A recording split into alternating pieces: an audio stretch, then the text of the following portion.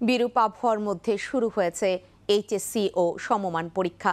রাজধানীতে সকালের বৃষ্টিতে পরিবহন সংকট ও যানজটের কারণে শিক্ষার্থীদের কেন্দ্রে নেয়ার পথে ভোগান্তিতে পড়েন অভিভাবকরা।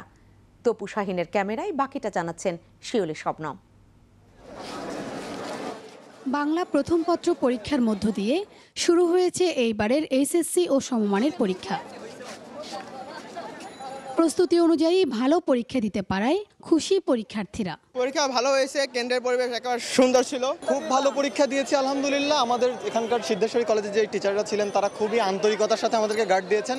যেরকম প্রিপারেশনে আসলাম প্রশ্ন অনেক ইজি হয়েছে, মানে এ প্লাস আসবে ইনশাআল্লাহ। তবে বৃষ্টির কারণে দেরিতে কেন্দ্রে পৌঁছায় কিছুটা ভোগান্তিতে পড়েন কোনো পরীক্ষার্থী। বৃষ্টির কারণে হলে পৌঁছাতে একটু দেরি হয়েছে। তার সময় ছাতাও মানতেছিল না, এমন অবস্থায় গাড়ি পাচ্ছিলাম না রাস্তায়। পুরো ভিজে গিয়েছিলাম, জুতোর মধ্যে পানি চলে গেছিল। বৈরী আবহাওয়ায় সন্তানদের সময় মতো কেন্দ্রে পৌঁছাতে দুর্ভোগে পড়ার কথা জানান অভিভাবকরাও। ছেলে আর আমি পুরো ভিজে এসে আবার রিক্সা ধরলাম। রিক্সা ধরলে হবে কি, কিছু পরে গিয়েই আবার জ্যাম। আসতে একটু কষ্ট হয়ে যাবে বাচ্চার, মানে বৃষ্টি, যানজট। জ্যাম, কোনো সিএনজি বা কোনো গাড়ি জ্যামের কারণে পাওয়া যাচ্ছে না।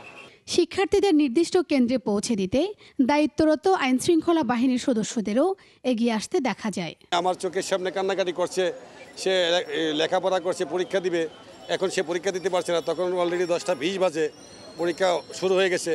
এখন তাৎক্ষণিক তারে আসলে আমি মনে করছি যে আমরা নিজেরা একটু হেল্প করলে হয়তো সে পরীক্ষাটা দিতে পারবে। তবে প্রশ্নপত্র ফাঁস সহ যে কোনো ধরনের অপতৎপরতা ঠেকাতে সরকারের নেওয়া উদ্যোগে নিশ্চিন্ত অভিভাবকরা। এবার যে সেফ এবং সিকিউরিটি মেনটেন করে পরীক্ষাটা নেওয়া হচ্ছে, ইনশাল্লাহ প্রশ্ন ফাঁসের মতো কোনো উদ্বেগ আমাদের মধ্যে আর কাজ করছে না। বন্যা পরিস্থিতির কারণে সিলেট বিভাগের এইচএসসি ও সমমানের পরীক্ষা আগামী 8 জুলাই পর্যন্ত স্থগিত করা হয়েছে। বাকি 10টি শিক্ষা বোর্ডে এবার 13,68,373 শিক্ষার্থী পরীক্ষায় অংশ নিচ্ছে। শিউলি শবনম, একুশে টেলিভিশন, ঢাকা।